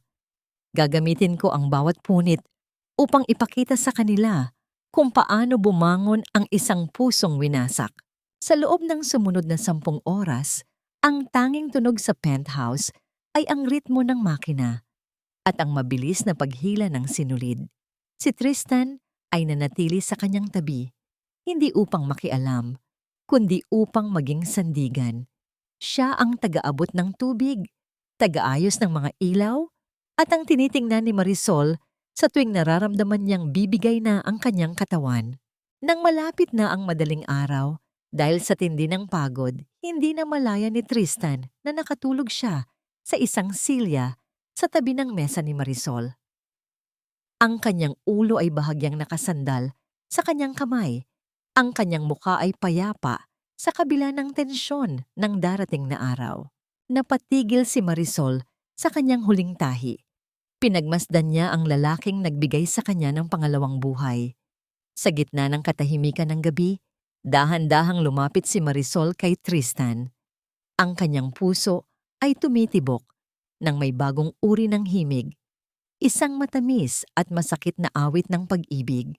Yumuko si Marisol at sa isang napakaikli, ngunit punong-puno ng damdamin na sandali, idinampi niya ang kanyang mga labi sa noo ni Tristan. Isang halik ng pasasalamat, isang halik ng pangako.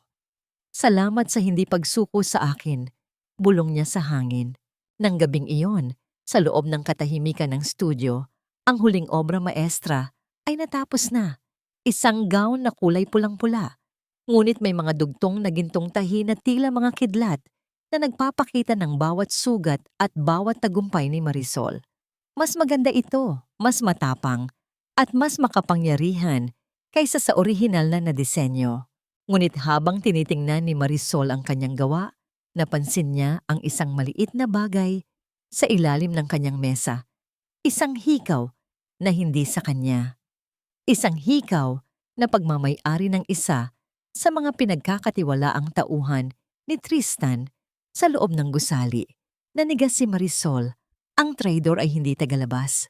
Ang traidor ay nasa loob lang, naghihintay ng tamang pagkakataon upang tuluyang tapusin siya.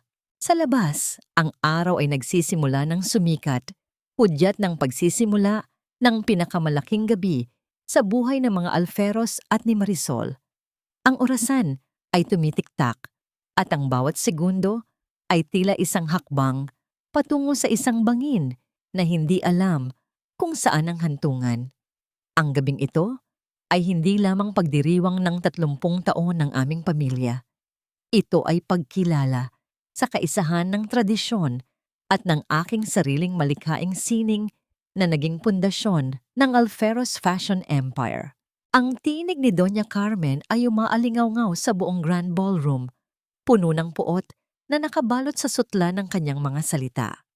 Sa gitna ng entablado, ang mga spotlight ay nakatutok sa kanya. Ginagawa siyang sentro ng universo ng mga piling tao sa Maynila. Sa likod niya, isang dambuhalang kurtina ng pelus ang unti-unting bumubuka. Inilalantad ang vidette ng gabi.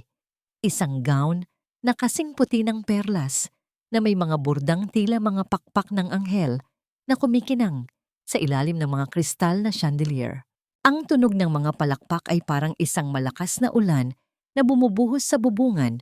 Ngunit para kay Marisol, na nakatayo sa madilim na sulok ng VIP section, ang tunog na yon ay tila mga hiyaw ng katarungang matagal nang naibaon. Naramdaman ni Marisol ang mainit at matatag na palad ni Tristan na humawak sa kanyang siko. Oras na, Marisol. Ipakita mo sa kanila kung sino ang tunay na may-ari ng sining na yan. Huminga ng malalim si Marisol, ang kanyang suot na pulang gown, ang kintsugi na binuo niya mula sa pagkawasak, ay tila naglalabas ng sariling init. Ang bawat gintong tahi rito ay kumikinang, tila mga peklat na naging alahas. Sa bawat hakbang niya patungo sa liwanag, ang mga bulungan ng mga tao ay unti-unting namamatay. Napapalitan ng isang nakabibinging katahimikan ng pagkamangha. Sandali lang, Doña Carmen. Ang boses ni Marisol ay hindi malakas, ngunit ang talim nito ay sapat na upang patigilin ang musika at ang hininga ng lahat ng naroon. Napalingon si Doña Carmen. Ang kanyang mukha ay biglang nawalan ng kulay nang makita si Marisol na dahan-dahang naglalakad patungo sa gitna ng entablado. Ang mga hayag ay mabilis na itinutok ang kanilang mga lente sa babaeng nakapula na tila isang reynang naglalakad sa gitna ng mga lobo. Anong ginagawa mo rito, Marisol? Guard! Ilabas ang babaeng ito. Sigaw ni Doña Carmen. Ang kanyang boses ay nagsisimula nang mabasag sa takot. Ngunit bago pa makalapit ang mga gwardiya, itinaas ni Marisol ang kanyang kamay. Ipinagmamalaki mo ang gown na yan bilang iyong obra maestra? Pero alam nating dalawa, Doña Carmen, na kahit kailan ay hindi mo naintindihan ang kaluluwa ng disenyong yan. Kaya nga hindi mo napansin ang isang kritikal na pagkakamali. Lalong lumapit si Marisol sa manikin na suot ang puting gown. Ang disenyong ito ay ginawa ni Isabela Santos para sa isang babaeng may pusong busilak. Ang bawat tahi sa baywang ay may lihim na structure upang hindi ito bumagsak kahit gaano kabigat ang mga kristal.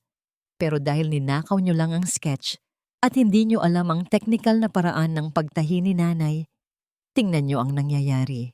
Sa isang mabilis na pagturo ni Marisol, napansin ng lahat na ang tela sa bahagi ng baywang ng gown ay nagsisimulang humulagpos.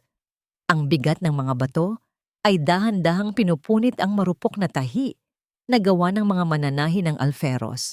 Ang gown ay unti-unti nang nawawala sa porma sa harap ng libo-libong mata. Sinungaling, magnanakaw ka! Hiyaw ni Doña Carmen habang pilit na tinatakpan ng kanyang mga kamay ang nasisirang gown sa entablado. Ako ang gumawa nito. Ako ang alferos. Hindi. Ang malamig na tugon ni Tristan habang umaakyat din sa entablado, may hawak na remote control. Ang alferos ay isang imperyong itinayo sa mga kasinungalingan. Sa malaking screen sa likod nila, biglang lumitaw ang mga orihinal na fax talo ni Isabela Santos, mga papel na ovang. May mga petsang mas matanda pa sa kumpanya ng mga alferos at may pirma ng tunay na may-ari. Kasabay nito, ang musika ay biglang nagbago, isang mas mabilis at mas makapangyarihang ritmo. Mula sa magkabilang panig ng ballroom, ang mga modelo ng Silva Textiles ay pumasok. Sila ay suot ang buong koleksyon na tinahi ni Marisol, ang mga orihinal na disenyo na binigyan ng bagong buhay. Ang bawat damit ay perpekto, ang bawat tahi ay matibay, at ang bawat daloy ng tela ay tila isang tula na hindi kailanman matatapatan ng mga peking gawa ng alferos. Ang mga tao ay nagsimulang tumayo. Ang ilan ay kumukuha ng video, ang ilan ay nagbubulungan sa matinding pagkagulat.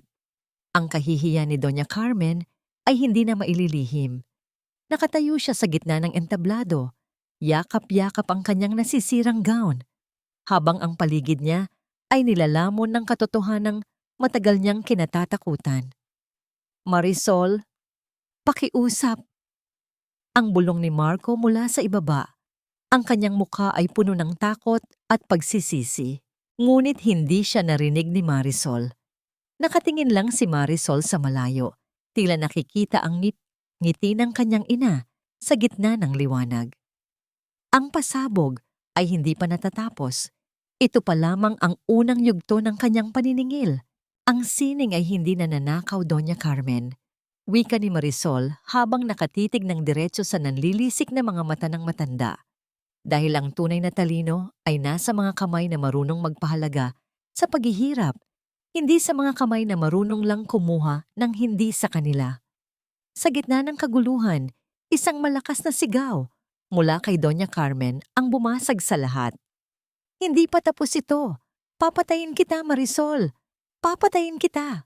Ang bulwagan na kanina lamang ay puno ng paghanga para sa mga alferos ay biglang naging isang hukuman ng madla.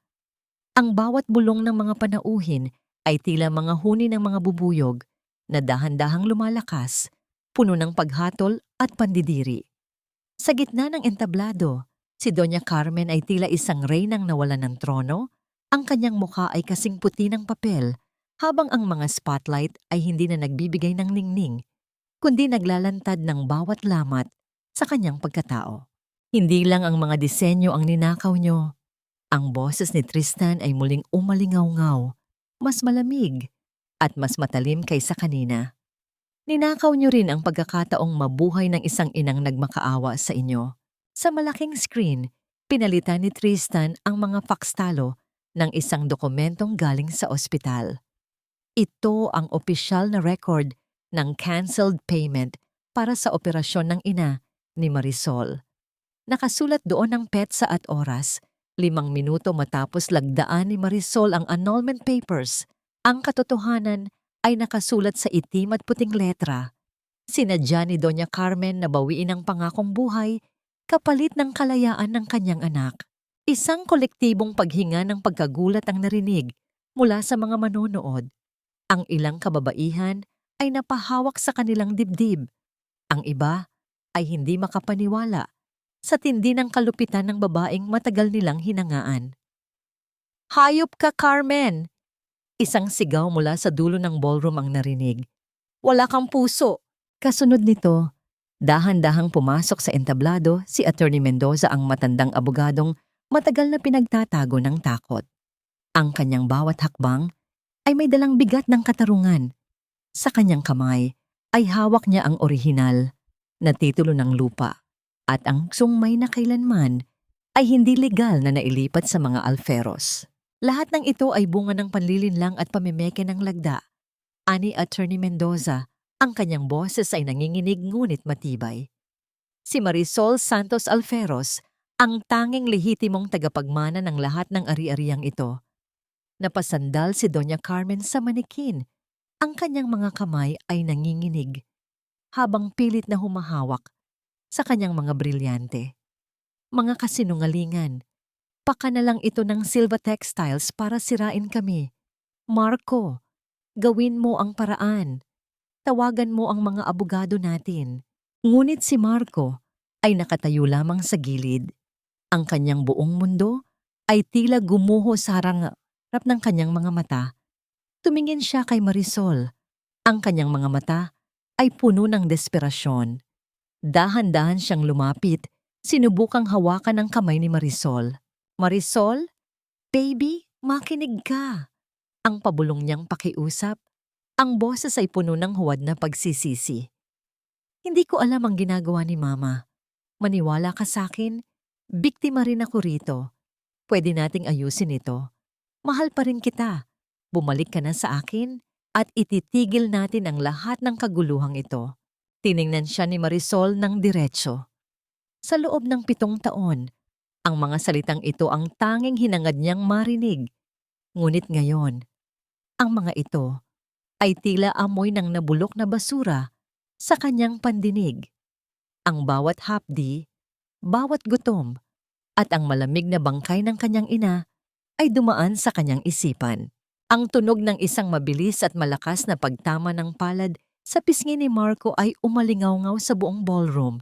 Isang sampal na hindi lang galing sa kamay, kundi galing sa 7 taon ng naipong galit at pasakit. Napalingon ang ulo ni Marco sa lakas ng sampal. Ang kanyang pisngi ay agad na namula. Isang bakas ng katarungan na hindi kayang burahin ng anumang yaman. "Ang duwag ay mas masahol pa sa traidor, Marco," wika ni Marisol. Ang boses ay matigas at walang bahid ng pag-aalinlangan. "Pinanood mo akong mamatay sa loob ng bahay niyo. Pinanood mong abusuhin ako ng nanay mo. Huwag mo nang babanggitin ang salitang mahal dahil hindi mo alam ang ibig sabihin niyon." Sa sandaling iyon, ang malalaking pintuan ng ballroom ay bumukas ng marahas. Isang grupo ng mga pulis na naka-uniforme ang pumasok. Ang tunog ng kanilang mga sapatos sa marmol na sahig ay hudyat ng huling hantungan ng mga alferos. "Doña Carmen Alferos, you are under arrest for multiple counts of fraud, falsification of public documents, and medical negligence resulting in death." Ani ng opisyal habang inilalabas ang mga posas. Ang kalansing ng bakal na nagtatagpo ay tila isang dambuhalang kampanang nagbabadya ng katapusan. Ang mga kamay ni Doña Carmen na dati ay puno ng ginto ay marahas na pinagsama at ibinalot sa malamig na bakal. "Bitawan niyo ako! Hindi niyo alam kung sino ang kinakalaban niyo!" Hiyaw ni Doña Carmen habang kinakaladkad siya palabas ng entablado. Ang kanyang mamahaling gown ay sumasayad sa sahig, nadudumihan at napupunit sa bawat pagpiglas niya. Ang kanyang buhok ay gulo-gulo at ang kanyang mukha ay tila isang maskara ng kabaliwan. Naiwan si Marco na nakaluhod sa gitna ng entablado. Ang kanyang mga kamay ay nakatakip sa kanyang mukha habang ang mga kamera ay walang tigil sa pagkuha ng kanyang kahihiyan. Ang imperyong Alferos ay naglaho sa loob lamang ng isang gabi. Tila isang kastilyong buhangin na tinangay ng malakas na alon. Tumingin si Marisol kay Tristan. Ang lalaki ay nakatayo lamang sa kanyang tabi. Ang mga mata ay puno ng kapayapaan at pagmamalaki. Dahan-dahang lumapit si Tristan at inabot ang kanyang kamay kay Marisol. "Tapos na, Marisol," bulong ni Tristan. "Ang gabi ay matatapos na at ang bukas ay sayo na." Ngunit sa gitna ng tagumpay, napansin ni Marisol ang isang figura sa anino malapit sa exit. Si Clara, ang babaeng naging mitya ng kanyang huling pagdurusa, ay mabilis na umaalis, dala ang isang malaking bag. Ang kanyang mga mata ay mailap at puno ng bagong pakana. Ang laban para sa katarungan ay tapos na, ngunit ang paghihilom ng sugat ay kailangan pa ring simulan. At sa isang sulok ng isipan ni Marisol, alam niyang may isang huling anino pa siyang kailangang harapin bago niya tuluyang mahanap ang tunay na kapayapaan. Pagkalipas ng ilang linggo, ang ingay ng iskandalo ay unti-unti nang napalitan ng isang malalim at mapayapang katahimikan. Ang mansyon ng mga Alferos na dati ay simbolo ng karangyaan at panunupil, ngayon ay nakatayo na lamang na tila isang kalansay ng nakaraan. Ang malalaking gate nito ay nakakandado at ang mga damo sa paligid ay nagsisimula ng tumaas. Nilalamon ang alaala ng isang pamilyang akala ay sila ang nagmamay-ari ng mundo. Sa isang madilim na eskinita, malapit sa kanto kung saan dati ay naglalakad si Marisol, na punong-puno ng dumi at hirap, nakaupo si Marco sa isang sementadong sidewalk. Ang kanyang suot na barong ay punit-punit na at ang kanyang mga mata ay walang buhay habang nakatingin sa isang bote ng murang alak. Iniwan siya ni Clara. Bit-bit ang lahat ng natitirang alahas at pera na naitabi nito. Tumakas ang babae nang hindi man lang lumingon sa kanya nang ma-freeze ang lahat ng bank accounts ng pamilya. "Marisol?" Ang bulong ni Marco. Ngunit ang kanyang boses ay tinangay lang ng hangin at hinaluan ng amoy ng lansa sa paligid. Ang karma ay tila isang salamin. Kung paano niya hinayaang magdusa si Marisol sa lansangan, ngayon ay siya naman ang nakatikim ng lupit ng tadhana. Sa loob naman ng selda ng kababaihan sa piitan ng lungsod, nakaupo si Doña Carmen sa isang matigas na kahoy na higaan. Ang kanyang mga kamay ay hindi na humahawak ng mga perlas, kundi ang magaspang na tela ng kanyang uniforme sa bilangguan. Ang kanyang isipan ay tila tuluyan ng bumigay sa bigat ng kahihiyan. Paulit-ulit niyang iginagalaw ang kanyang mga kamay sa hangin. Tila nagtatahi ng mga invisible na tela, habang lalamon-lamon tungkol sa isang fashion show na siya lang ang nakakakita. Ang dating reyna ng fashion ay naging isang anino na lamang ng kanyang sariling kasamaan. Isang hapon, pinili ni Marisol na bisitahin si Doña Carmen sa huling pagkakataon. Hindi dahil sa kailangan niya ng paliwanag, kundi dahil kailangan niyang tuluyang bitawan ang huling kadena na nag-uugnay sa kanya sa babaeng ito. Nakatayo si Marisol sa tapat ng makapal na salamin. Nang makita siya ni Doña Carmen, tumigil ito sa kanyang pagdedeliryo at tumitig ng nanlilisik. "Nandito ka ba para pagtawanan ako?" Ang paos na tanong ng matanda. Tiningnan siya ni Marisol nang may halong habag, hindi ang habag na naglalayong tumulong, kundi ang habag para sa isang kaluluwang kailanman ay hindi nahanap ang tunay na kayamanan. Hindi po, ang mahinahon na sagot ni Marisol. Nandito ako para sabihing pinapatawad ko na ang sarili ko. Pinapatawad ko ang sarili ko sa 7 taon na hinayaan kong tapak-tapakan niyo ako. Pinapatawad ko ang sarili ko sa bawat luhang inaksaya ko sa pamilya niyo.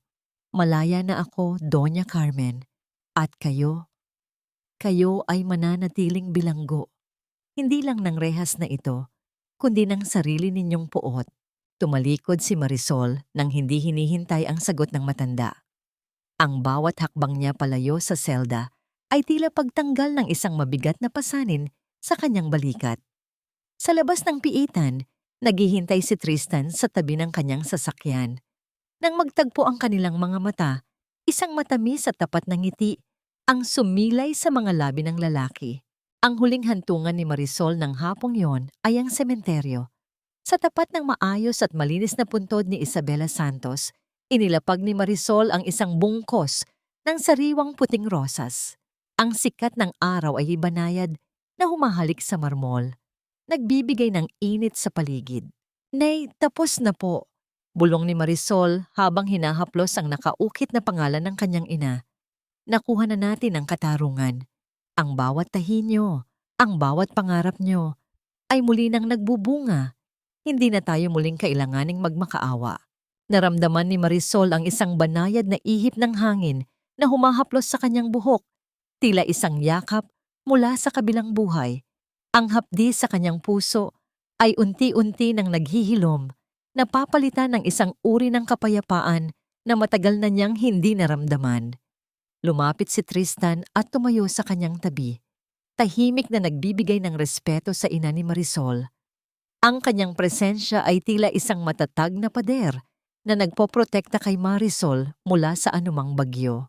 "Marisol," wika ni Tristan nang sila ay pabalik na sa sasakyan, "may isang lugar pa tayong kailangang puntahan.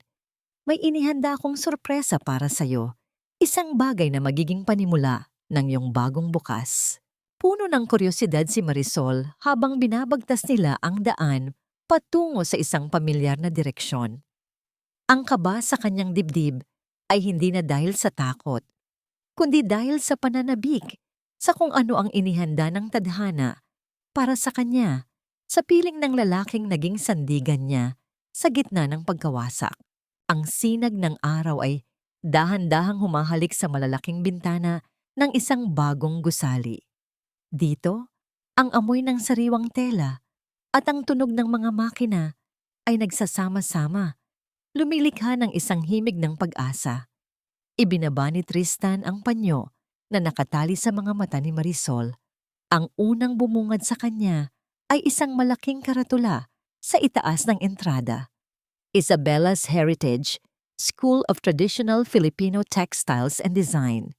Napasinghap si Marisol, ang kanyang mga kamay ay napahawak sa kanyang bibig. Hindi ito isang ordinaryong patahian o fashion house. Ito ay isang akademya, isang santuwaryo para sa sining ng pagtahi, kung saan ang mga kababaihan mula sa iba't ibang sulok ng Maynila, mga babaeng katulad niya na may mga pangarap na itinago sa ilalim ng kahirapan, ay nag-aaral at lumilikha. Hindi lang ito isang gusali, Marisol, wika ni Tristan. Ang kanyang boses ay puno ng pagmamalaki. Ito ang legacy ng nanay mo, na patuloy na mabubuhay sa bawat kamay, na matututong maghabi at magtahi. Hindi na muling mababaon sa limot ang kanyang sining. Ito ang tahanan ng mga pangarap na ninakaw, na ngayon ay muling ibinabalik. Naglakad sila sa loob ng gusali. Ang bawat silid ay puno ng mga makina, mga tela, at mga kababaihan na masisigla sa kanilang pag-aaral. Sa isang sulok, nakita ni Marisol si Aling Rosa na may suot na puting uniforme, masayang nagtuturo sa mga batang babae kung paano gumawa ng isang simpleng tahi. Ang dating dampa ni Marisol ay inilipat at maingat na inilagay sa loob ng akademya, isang paalala ng kanyang pinagmulan. Napuno ang puso ni Marisol ng hindi masambit na kaligayahan. Ito ang tunay na tagumpay, hindi lang ang pagbagsak ng mga kaaway, kundi ang pagtatayo ng isang pangarap na mas malaki pa sa sarili niyang buhay. Lumapit si Tristan sa kanya. Hindi siya lumuhod, ngunit sa kanyang mga mata ay makikita ang isang taimtim na pangako. Kinuha niya ang mga kamay ni Marisol, ang mga kamay na puno ng peklat, ng dugo, at ng pawis.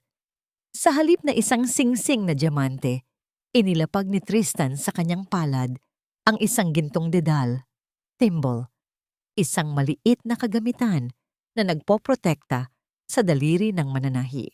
Hayaan mong ako na ang maging kalasag ng mga kamay na ito, Marisol, malambing na bulong ni Tristan. Hayaan mong ako ang magprotekta sa sining na ipinaglaban mo. Hindi ako nangangako ng isang buhay na wawalan na mamamambuha na walang problema, ngunit nangangako akong sa bawat sugat na dadating, magiging sandigan mo ako. Handa ka na bang itahi ang ating sariling kwento, Marisol? Tumingin si Marisol sa gintong dedal. Ito ay mas mahalaga kaysa sa anumang brilyante. Ito ay simbolo ng paggalang, pagmamahal, at pag-unawa. Dahan-dahan niyang inilagay ang dedal sa kanyang daliri. At sa unang pagkakataon, naramdaman niyang handa na siyang lumikha ng isang bagong kwento. Handa na ako, Tristan. Ang kanyang nangiti ay kasinlinaw ng sikat ng araw. Pinagmasdan ni Marisol ang kanyang mga kamay. Ang mga kamay na minsang nanginginig sa takot, ngayon ay matatag na at puno ng inspirasyon.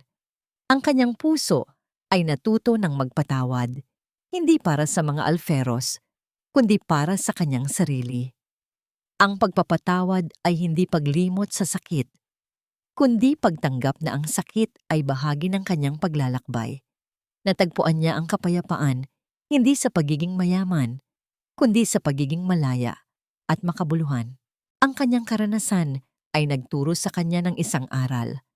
Ang tunay na yaman ng isang babae ay hindi ang apelyidong idinidikit sa kanya, kundi ang lakas ng kanyang mga kamay na muling bumuo ng sarili niyang tadhana. Ang tunay na pag-ibig ay hindi ang nagliligtas sa iyo mula sa bangin, kundi ang nagbibigay sa iyo ng lakas upang umakyat mula sa dilim at abutin ang sarili mong liwanag. Ang Isabella's Heritage ay hindi lamang isang paaralan. Ito ay isang patunay na kahit gaano kahaba ang dilim, ang liwanag ng pag-asa at pag-ibig ay laging magtatagumpay. At sa piling ni Tristan, si Marisol ay muling natuto kung paano magmahal, kung paano lumikha, at kung paano mamuhay ng buong buo, nang walang takot, sa isang mundo kung saan ang katarungan ay nananaig, at ang bawat tahi ay may kwentong sinasabi.